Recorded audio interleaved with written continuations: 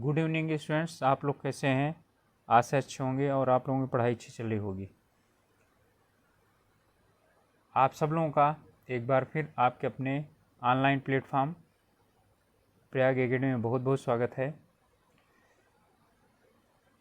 Students, जैसा कि हम उत्तराखंड से संबंधित 20 प्रश्नों की जो श्रृंखला आती है उसका एक फुल टेस्ट कर रहे थे और इसके 2 टेस्ट अपलोड भी कर दिए थे। तो आज हम फिर से उसी से संबंधित एक लगभग 20 प्रश्नों का प्रैक्टिस टेस्ट करते हैं और इसमें आप लोग देखिए कि आप लोगों का कितने प्रश्न सही होते हैं।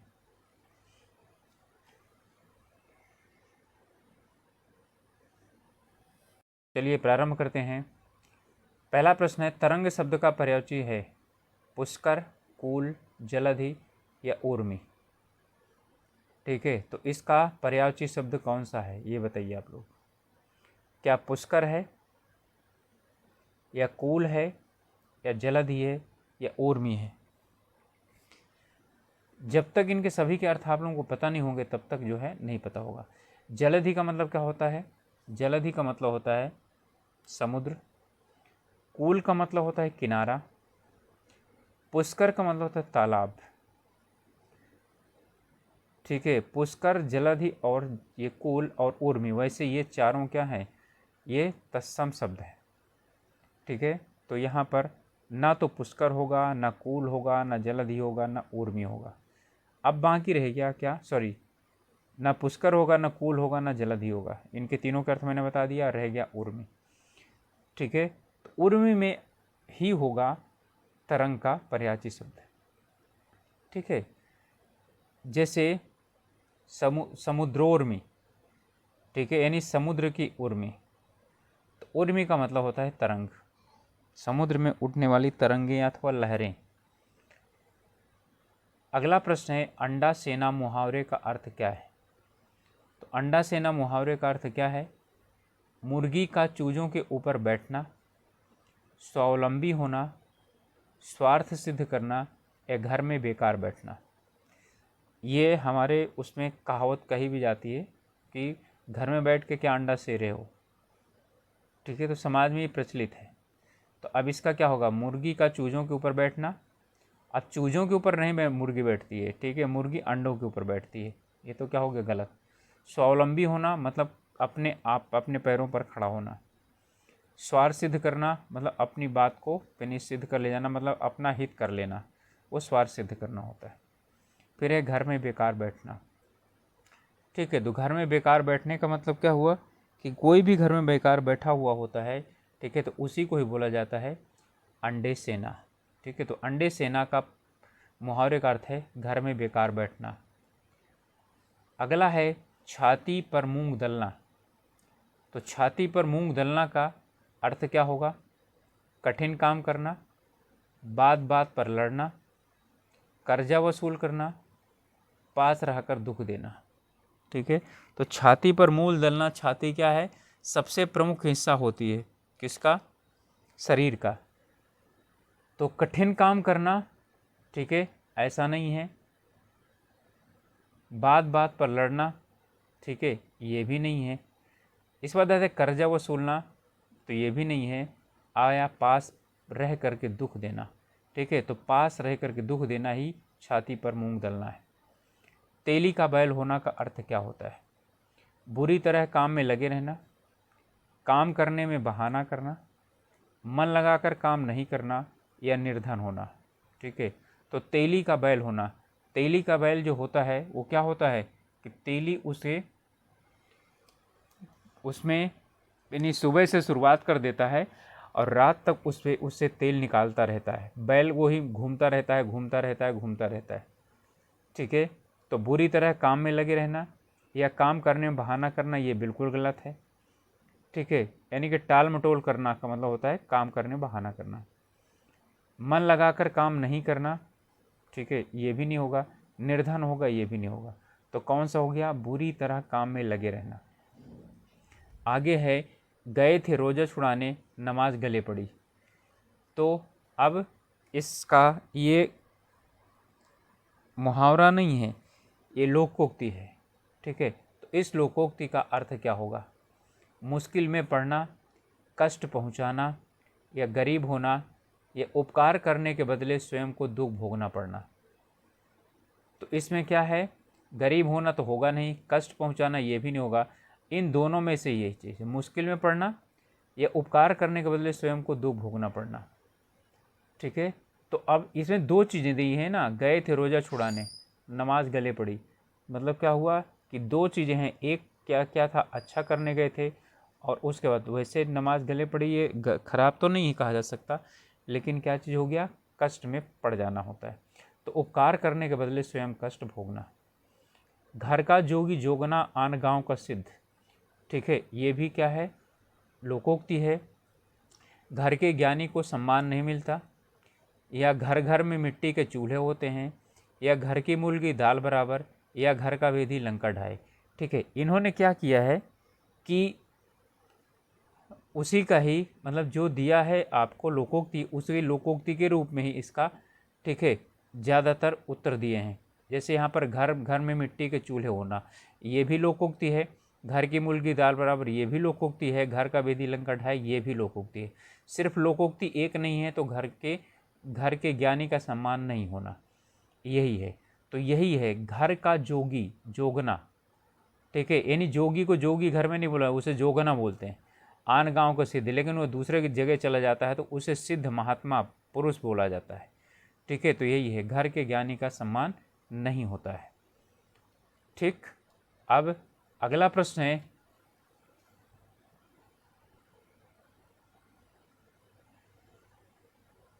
हथेली पर सरसों नहीं जमती, इसका अर्थ क्या है? सरसों के लिए ज़मीन चाहिए, हथेली नहीं। हर काम में मनमानी नहीं चल सकती, या काम के लिए समय चाहिए, जब चाहो तभी काम नहीं हो सकता, या सफलता समय पर आती है। ठीक है, तो सरसों के लिए ज़मीन चाहिए। हमेशा याद रखिएगा कि जब कोई कहावत या लोकोक्ति कही जाती है तो उसी की बात को उसी तरह से नहीं होता है। ठीक है, तो ये वाला तो क्या हो जाएगा, गलत हो जाएगा। वही शब्द फिर से प्रयोग नहीं किए जाते हैं, कहावत हो चाहे मुहावरे हो। फिर बात है, हर काम में मनमानी नहीं चल सकती। ठीक है, ये भी गलत है।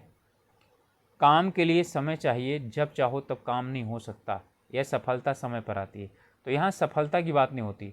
हथेली पर सरसों न जमने का मतलब क्या हुआ, काम के लिए समय की आवश्यकता होती है। ठीक है, जब चाहो तभी नहीं। तो इसका अर्थ यही हो गया। जो मैंने पढ़ाया था आप लोगों को मुहावरे, उनमें इन मुहावरों को मैंने करवाया था। अगला है भाड़ झोंकना का अर्थ क्या होता है? भाड़ झोंकना, अनाज भूनना, काम बिगाड़ना, मामूली कमाई करना, या व्यर्थ समय नष्ट करना। तो यहाँ पर अर्थ क्या होगा, अनाज भूनना यही है। भाड़ झोंकना जो है ना, ये अनाज भूनने से ही संबंधित होता है, लेकिन ये गलत है क्योंकि उसी बात को वही दोहरा रहा है। काम बिगाड़ना ये भी नहीं होगा। मामूली कमाई करना अथवा व्यर्थ में समय नष्ट करना। तो भाड़ झोंकना जो है वो होता है व्यर्थ में समय नष्ट करना। फिर अगला है गूलर का फूल होना। गूलर का फूल होने का मतलब क्या होता है, बिल्कुल बुद्धू होना, दिखावटी या दुर्लभ वस्तु, या अति प्रसन्न होना। ठीक है, तो बुद्धू तो होगा नहीं। ठीक है, यहाँ पर बुद्धि नहीं होना। ठीक है, यानी गूलर का फूल होना। तो इसमें है जैसे बोलते हैं ना, ईद का चांद होता, वही है गुलर का फूल। गुलर का फूल लोगों को दिखाई नहीं पड़ता। बिल्कुल बुद्धू होना ये भी नहीं है, दिखावटी होना ये भी गलत है, अति प्रसन्न होगा ये भी गलत है। ठीक है, सिर्फ और सिर्फ है दुर्लभ वस्तु होना। ठीक है, तो जैसे ईद के चांद होना वही इसका भी है। निम्नलिखित में तद्भव शब्द है, कौन है? अग्नि है, पुष्प है, सलाका है, और 14 है। ठीक है, तद्भव की बात कर रहा है। तो अग्नि तो तत्सम है, क्योंकि अग्नि का तद्भव होता है आग। ठीक है, और पुष्प जो है ये भी यानी तत्सम है, क्योंकि पुष्प का होता है फूल। इसके बाद है सलाका। ठीक है, सलाका भी क्या चीज़ है, ये तत्सम है। ठीक है, और ये जो है ना, सलाका का मतलब होता है क्या, जो वो होता है कोई भी लकड़ी या डंठल या डंडा, सलाका होता है। और 14। ठीक है, ये 14 जो है ना, ये गिनती में मत समझिए, ये हिंदी की गिनती है। जो संस्कृत की गिनती होगी वही तत्सम होगी। ठीक है, तो 14 जो है वो क्या है, तद्भव है। इसका जो वो होता है तत्सम, वो चतुर्दश होता है। ठीक है, वो चतुर्दश होता है। तो 14 क्या होगा, इसी का उत्तर हो गया। अगला है अखरोट का तत्सम रूप क्या है। तो अखरोट का तत्सम होता है अक्षवट। ये बहुत क्वेश्चन पूछा जाता है।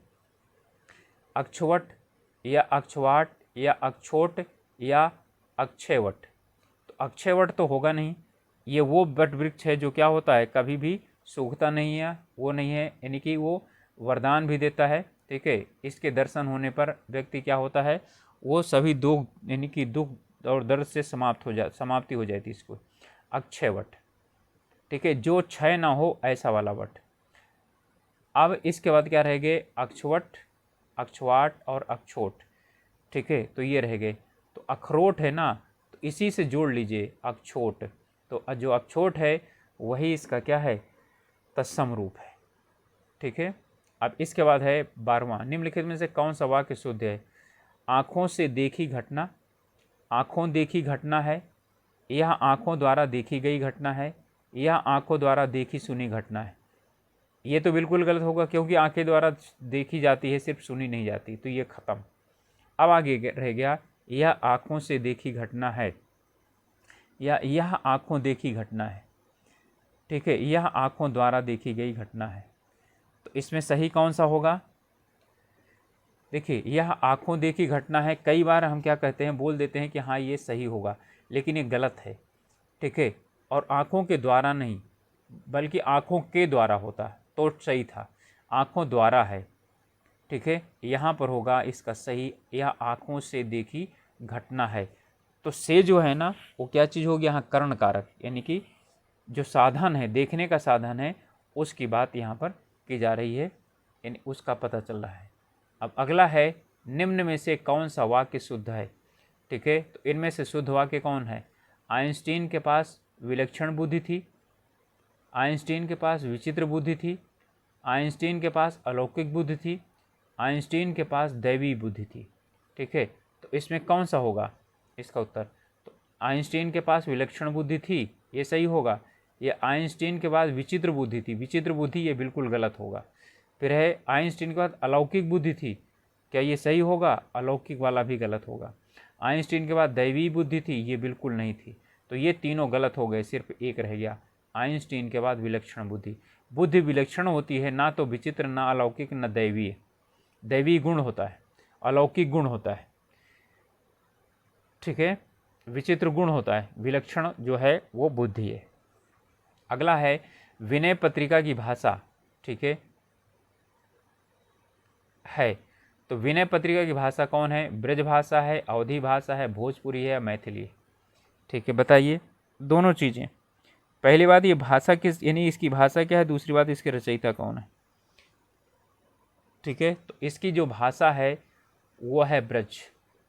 मैंने आप लोगों को कई बार बताया कि तुलसीदास जब क्या लिखते हैं, रचना लिखते हैं, उनमें जिसके पीछे ई आ जाए, बड़ी ई की मात्रा आ जाए, वो सब ब्रज में है। जिनके नहीं आए वो ब्रज में नहीं है, अवधि में है। सिर्फ किसको छोड़ करके, विनय पत्रिका को छोड़ करके, और इसलिए विनय पत्रिका को ही सब लोग ज़्यादातर पूछते हैं। ठीक है, कहीं भी एग्जाम में पूछा जाता है तो विनय पत्रिका ही पूछी जाती है। तो इसे तो याद ही कर लीजिए, विनय पत्रिका किससे है, ब्रज से। त्रा ब्रा। ठीक है, ब्रज। ठीक है, पत्रिका ब्रज से। अब इसके बाद है पूर्वांचल की मुख्य बोली कौन सी है। अवधी है, भोजपुरी है, ब्रज है, या कन्नौजी है। पूर्वांचल की बात कर रहे हैं। ठीक है, तो पूर्वांचल में कौन आता है, या आप लोगों को पता हो तभी बता सकते हैं। ठीक है, पूर्वांचल में आता है गाजीपुर, बनारस, बलिया। ठीक है, ये सब आते हैं। तो वहाँ पर कौन सी बोली जाती है, अवधी नहीं, अवधी नहीं बोली जाती है, वहाँ पर बोली जाती है भोजपुरी बोली जाती है। ठीक है, तो पूर्वांचल की जो मुख्य बोली है वो भोजपुरी बोली है। चलिए अगला प्रश्न है, निम्न में से कौन सी लोकोक्ति नहीं है। अक्ल बड़ी या भैंस, अंधा क्या चाहे दो आँखें, एक अनार 100 बीमार, या सिर ओखली में देना। ठीक है, तो आपको पता होना चाहिए कि जहाँ पर ना आता है वहीं पर क्या होता है, वो लोकोक्ति ना होकर के मुहावरा हो जाता है। तो सिर ओखली में देना ये क्या है, मुहावरा है। बाकी ये सभी क्या हैं, ठीक है, लोकोक्तियाँ हैं। क्लियर हो गया। खोदा पहाड़ निकली चूहिया, इस लोकोक्ति का अर्थ क्या होगा? कम परिश्रम करके बहुत मिलना, परिश्रम अधिक और फल कम, परिश्रम के बिना ही फल पा जाना, और श्रम करने पर कुछ न मिलना। ठीक है, अब यहाँ देखिए, खोदा पहाड़ निकली चूहिया, कुछ ना कुछ तो मिला है ना, तो श्रम करने पर कुछ न मिलना ये गलत हो गया। परिश्रम के बिना फल ही पा जाना, तो यहाँ पर नहीं, परिश्रम तो पहाड़ खोदने का किया गया है ना। ठीक है, मैं सिर्फ समझा रहा हूँ, इसका इस तरह से अर्थ नहीं निकाला जाता, लेकिन यदि आपको आता नहीं तो अर्थ इसका इस तरह से भी निकाल सकते हैं। ठीक है, फिर है कम परिश्रम करके बहुत मिलना, तो यहाँ कम नहीं किया जा रहा है ना परिश्रम, बहुत ज़्यादा परिश्रम किया जा रहा है। ठीक है, और क्या मिल रहा है, कम मिल रहा है। तो खोदा पहाड़ निकली चूहिया का मतलब क्या हुआ कि परिश्रम अधिक और फल कम मिलना। तो परिश्रम अधिक और फल कम मिलने को ही क्या कहा जाता है, ठीक है, खोदा पहाड़ निकली चूहिया कहा जाता है। क्लियर हो गया। ठीक है, खोदा पहाड़ निकली चूहिया ये क्या है, एक लोकोक्ति है जिसका अर्थ होता है अधिक परिश्रम लेकिन फल कम। अगला प्रश्न है, अशुद्ध शब्द का चयन कीजिए। उत्पात, उत्पात, कर्मधारय, खा और गा दोनों। तो आप देख रहे हैं उत्पात तो होता नहीं, कर्मधारय बिल्कुल सही लिखा है, उत्पात भी सही लिखा है। तो उत्पात और कर्मधारय दोनों क्या हैं, सही हैं। तो इसमें घा हो जाएगा उत्तर, खा और गा दोनों। इसके बाद है परमेश्वर में संधि विच्छेद कीजिए। तो परमेश्वर में संधि विच्छेद क्या है, परम और ईश्वर, या परम और ऐश्वर्य, या परम और ईश्वर, या इनमें से कोई नहीं। ठीक है, तो आ और ई मिल करके क्या बनता है, ए बनता है। तो आ और ई मिल करके यहाँ पर भी है, यहाँ तो ए है, ये बिल्कुल नहीं होगा, यहाँ ये है।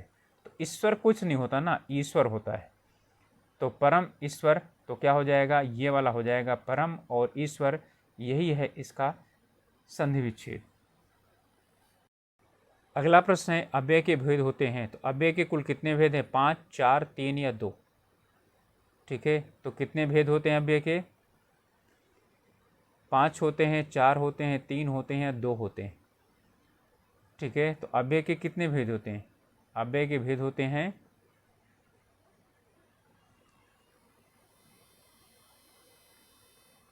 अव्यय के भेद होते हैं 4। ठीक है, अव्यय बोला जाता है यानी कि अविकारी शब्दों को। विकारी भी 4 होते हैं, अविकारी भी 4 होते हैं, तो अव्यय 4 होते हैं। कौन कौन से हैं, क्रिया विशेषण, संबंध बोधक, समुच्चय बोधक और विस्मयादि बोधक। ये चारों ही जो शब्द हैं वो क्या होते हैं, अव्यय हैं। तो अव्यय के 4 भेद होते हैं। ठीक है, 4 प्रकार के अव्यय होते हैं। तो ओके स्टूडेंट्स, ये आप लोगों का 20 प्रश्नों का एक प्रैक्टिस टेस्ट सेट था। आप लोग इसमें देखिए कि आप लोगों के कितने प्रश्न सही होते हैं। और आप लोगों से यही रिक्वेस्ट है कि अभी तक यदि आप लोगों ने चैनल को सब्सक्राइब नहीं किया तो प्लीज़ सब्सक्राइब कीजिए। साथ ही साथ अपने ग्रुप में यानी कि समूह में इसे शेयर कीजिए, जिससे जो लोग अपनी तैयारी करना चाहते हों हम लोगों के साथ मिल करके वो अपनी तैयारी कर सकें। तो और यदि इसमें आप लोगों को कोई यानी कि कमी लगती है तो आप लोग क्या करिए, डिसलाइक भी ज़रूर करिए, नहीं तो लाइक कीजिए। आप लोगों देख लेते हैं लेकिन आप लोग ना तो लाइक ही करते हैं ना ही डिसलाइक करते हैं। या कोई कमेंट आप लोग करिए या बताइए और इसमें से क्या सुधार किया जा सकता है।